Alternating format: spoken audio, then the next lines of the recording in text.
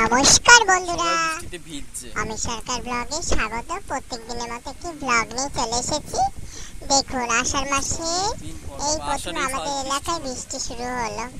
ধীরে ধীরে বৃষ্টি আর হাওয়া বাতাস দুলছে। অনেকদিন পর বৃষ্টি বৃষ্টি সকলেই পাগল হয়ে গেছে গরমে। আর আমার কাকি কল থেকে জল ভরে এনে বৃষ্টিতে ভিজে ভিজে গা ছমছম করছে। একটু ঠান্ডা হচ্ছে আর বাইরে যে মিষ্টি পড়ছে আর কি বলবো। যাই হোক, সকাল দিয়ে একটু মেঘলা মেঘলা আবহাওয়া একটু অন্যরকমই ছিল। যাই হোক, সকলকে একদম স্বাভাবিক করে দিয়েছে, ঠান্ডা করে দিয়েছে। কি আর বলবো, যা গরম পড়েছে, গরমে ফুসফাস করছে সকলে। আর আমাদের এখানে জল জমে গেছে, দেখুন বন্ধুরা, পুরো জলে মাছ টাছ খেলছে। আর স্নান টান করা হয়ে গেছে, হওয়ার পরে ঠাকুর পুজো দেওয়া কমপ্লিট। এবার মধ্যাহ্ন ভোজ করতে বসে গেছি। দেখুন বন্ধুরা, আজকে কি কি মা রান্না করেছে চলুন আপনাদের দেখাই। তা মাও এসে গেছে, তা ভাত বাড়ছে, ভাত থেকে আলু সেদ্ধ দিয়েছে, আলুটা উঠিয়ে অন্য একটা পাত্রে নিল। মা ভাত বাড়ছে। আর চলুন বাইরে একটু দেখাই, বৃষ্টিটা মনে হয় রীতিমতো একটু হালকা হোক কমেছে, আর কি বলবো। তারপর হাত দিয়ে জল নিয়ে একটু হাতটা ধুয়ে নিলাম, ধুয়ে টুয়ে তারপরে খেতে বসলাম। কেননা মা ভাত বাড়া কমপ্লিট। মা পাতে দিয়ে দিয়েছে শাক, বাড়ির যে দেখালাম আশেপাশে যে শাক, সব মায়ের শাক তোলে, কলমি আছে, সেচি আছে, আরও নানান রকম ইত্যাদি ইত্যাদি শাক আছে।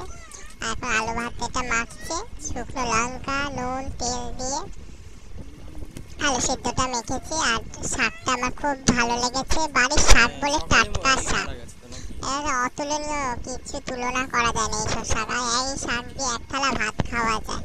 আমি শাক দিয়ে ভাত রীতিমতো খাওয়া হয়ে গেছে। আর মা আলু সিদ্ধটা মাখছে। আর খেতে বসলে তো নানান রকম আলোচনা গল্প হয়। আর এদিকে আলু সয়াবিনের তরকারি করেছে, আমি আলু সয়াবিন তরকারি নিয়ে নিয়েছি। সয়াবিনটাও খুব টেস্টফুলি হয়েছে। আলু সয়াবিনগুলো একটু বড় বড় হয়েছে, তা মেখে খেয়ে নিলাম যথারীতি। তারপর আর আলু আর পটলের তরকারি, নিরামিষ তরকারি করেছে, কালো জিরে ফোড়ন টোড়ন দিয়ে পাতলা করে একটা ঝোল করেছে। আমার রীতিমতো খাওয়াও কমপ্লিট, হাত মুখ ধুয়ে নিলাম, ধুয়ে মা খাওয়াচ্ছে, এখনো মার খাওয়া কমপ্লিট হয়নি। আর আমার খাওয়া হয়ে গেছে। চলুন এবার বাইরে বিশ্রাম করে আবার দেখা হবে বিকালে। আর বিকালে চলুন এবার কি করছে দেখুন এরা, এদের বদমাশি ছাড়া আর কিছু কাজ নেই। ব্লগটি ভালো লাগলে অবশ্যই লাইক কমেন্ট শেয়ার করবেন, ভিডিওটি স্কিপ করবেন, পুরো দেখার জন্য অনুরোধ রইল। আপনারা পাশে থাকুন। ঘুম থেকে রেস্ট নিয়ে দোকান টোকান খোলা হয়ে গেছে দেখো বন্ধুরা। আর মা হামুল দিস্তা দিয়ে গুঁড়ো করছে, ধুনো গুঁড়ো করছে। এরকম যারা যারা কুচুটে আছে তাদেরকে গুঁড়ো করা দরকার, ঠিক কি না?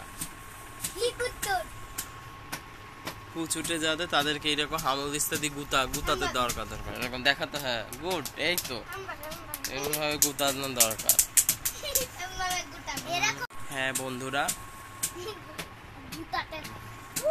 আমার তো এক এক সময় এরকম ভাবে গুতাতে ইচ্ছা করে এক একটা বন্ধু বান্ধবদের, এরকম, তাই না বল? বন্ধু বান্ধব আছে কাছে, নিজেদের লোক আছে কাছে, পরিবারের লোক।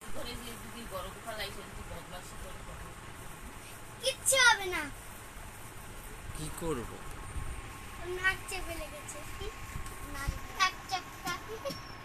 লাইটটা কম কম। ম্যাডাম, এখানে আমার আছে সুজি, তারপরে অত থেমে থেমে বললে তো হবে না বাবা। সয়াবিন আছে, সয়াবিন গোটা গোটা দিয়েছে, খাসির মাংসের মতো। তারপরে দিয়ে বললো না যে কুচি কুচি করে সয়াবিন কেটে সেদ্ধ করার পর আলুগুলো পেস্ট করা হয়েছে, আলু সেদ্ধ করলে তারপরে মধ্যে পেঁয়াজ দিয়েছি, কুচু লঙ্কা দিয়েছে, জিরের গুঁড়ো, ধনের গুঁড়ো, তারপরে দিয়েছি সুজি, নুন, স্বাদ মতো নুন, চিনি, আর কি, আর কিছু না। এই যে বেসনের কৌটো রেডি খুলে রেখেছে।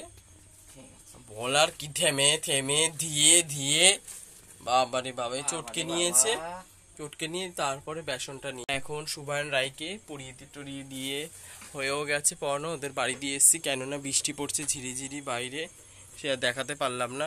খুব ঝিরিঝিরি বৃষ্টি, হাওয়া বইছে বাইরে। আর এই যে মেখে নিচ্ছে ভালো করে। আর গ্যাস জ্বালিয়ে নিয়েছে, কড়াইটা গরম হচ্ছে। কড়াইতে তেল দিয়ে দিয়েছে মা? কড়াইতে তেলও দিয়ে দিয়েছে মা, দিয়েছে গরম গরম। আর একটু সামান্য পরিমাণ জল নিয়ে নিল, কেন একটু আঠা আঠা না হলে ভাল লাগবে না জিনিসটা। আসবো না কাঁদবো আর কি। যেতে যেতে এইখান দিয়ে ভালোভাবে গেল, গিয়ে দেখি কি ওইখানে কি ধাপাস করে শুয়ে পড়লো কেন রাস্তায়, কি হলো ব্যাপারটা। দেখি রাই বলে কি পড়ে গেছে, গেছে, তবে ট্রেনের দৌড় উঠিয়েছে। আর সত্যিকারের পিছনে আমি কি চলতে যাচ্ছি, আমারই চটিতে স্লিপ খেয়ে যাচ্ছে, এরকম একটা ব্যাপার। কি বলবো, ভালোই পিছল হয়ে গেছে রাস্তা ওদের। আর মা দেখুন এখন সোয়াবিনের পকোড়া করছে, এই যে আস্তে, একদিক হয়ে গেছে, মা আরেকদিকে উল্টে পাল্টে দিচ্ছে। আজকের পকোড়া কমপ্লিট মোটামুটি, মায়ের ভাজা হয়ে গেছে, তাই আস্তে আস্তে একটা একটা করে মা পকোড়াগুলো কড়াই থেকে থালায় উঠিয়ে নিচ্ছে। দেখুন ভালো লাগছে। আর আমাদের সয়াবিনের পকোড়া কমপ্লিট প্রায়। আপনারা সন্ধেবেলা অবশ্যই এরকম টিফিন করে চেষ্টা করবেন, ভালো লাগবে খেতে। আপনারা বাড়িতে অবশ্যই ট্রাই করবেন। কেমন লাগলো কমেন্ট করতে কিন্তু ভুলবেন না, ঠিক আছে? আপনারা যদি বাড়িতে এইভাবে তৈরি করে খান অবশ্যই আমাকে কমেন্টে করে জানাবেন, কিন্তু কমেন্ট করতে কিন্তু ভুলবেন না। আর গরম গরম পকোড়া কার না ভালো লাগে, তার গন্ধে গান্ধে পুষ্পে ভরা আমাদের এই বসুন্ধরা। তাই আমি আর লোভ সামলাতে না পেরে আমিও খেয়ে নিলাম একটা, হাত দিয়ে বাড়িয়ে। এই যে খুব টেস্টফুল হয়েছে, আমি এখন খাচ্ছি। এখন অসাধারণ গরম গরম সয়াবিনের পকোড়া, আপনারা বাড়িতে ট্রাই করুন, খেতে তো সুস্বাদু হয়েছে অবশ্যই। মা এখন রান্নাঘর থেকে চলে এসেছে, মা এখন রুটি দিয়ে খাচ্ছে। আর দেখুন কত পকোড়া করেছে। কারা কারা খাওয়ার ইচ্ছা হচ্ছে চলে আসুন আমাদের বাড়িতে বন্ধুরা। হ্যাঁ, গুনে গুনে খায়। আর দেখুন আমিও রুটি নিয়ে নিয়েছি মায়ের থেকে একটু, হলো খা। আর দেখুন আলু পটলের তরকারিটা এত সুন্দর হয়েছে, কালারটা শুধু দেখুন, লোভ লেগে যাবে। মানে মাংসর ঝোল ফেল, নিরামিষই করেছে তরকারিটা, খুব সুন্দর হয়েছে। তারপর আমি খাচ্ছি। এই যে আপনারা কারা কারা এভাবে খান অবশ্যই কমেন্ট করে জানাবেন। আমার তো খুব ভালো লাগছে আর খুব সুন্দর হয়েছে সয়াবিন আলু পটলের তরকারিটা। আলু